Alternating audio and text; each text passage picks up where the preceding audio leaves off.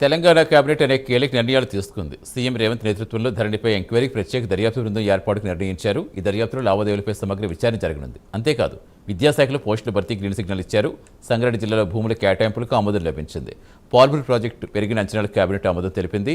Bullet train project alignment మార్పులకు అంగీకరించింది. పంచాయతీల ఆర్థిక వెసులుబాటుకు ఆమోదం తెలిపింది.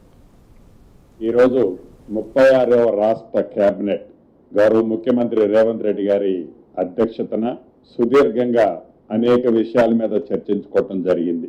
ప్రధానంగా గత కొద్ది రోజుల నుంచి శాస్త్రజ్ఞులు ఏదైతే చెప్తున్నారో దేశవ్యాప్తంగా ఎల్నినో ప్రభావం ఉంటుందని, దానివల్ల రైతన్నలు అప్రమత్తంగా ఉండాలని రాష్ట్ర ప్రభుత్వాలకు సూచనలు ఇస్తూ రైతన్నలకు కూడా అనేక సందర్భాల్లో ఈ శాస్త్రవేత్తలు సూచనలు ఇచ్చిన సందర్భాలు కోకొల్లలున్నాయి. దీని మీద రాష్ట్ర కేబినెట్ ఆందోళన గురవటమే కాకుండా దీనికి ఏ రకమైన చర్యలు చేపట్టాలి, అది తాగునీరు కావచ్చు, విద్యుత్ విషయాల్లో కావచ్చు, పశువులకు సంబంధించిన అంశాలు కావచ్చు, అనేక అంశాలు వాటన్నిటి మీద క్షుణ్ణంగా సుదీర్ఘంగా రాష్ట్ర కేబినెట్ చర్చించి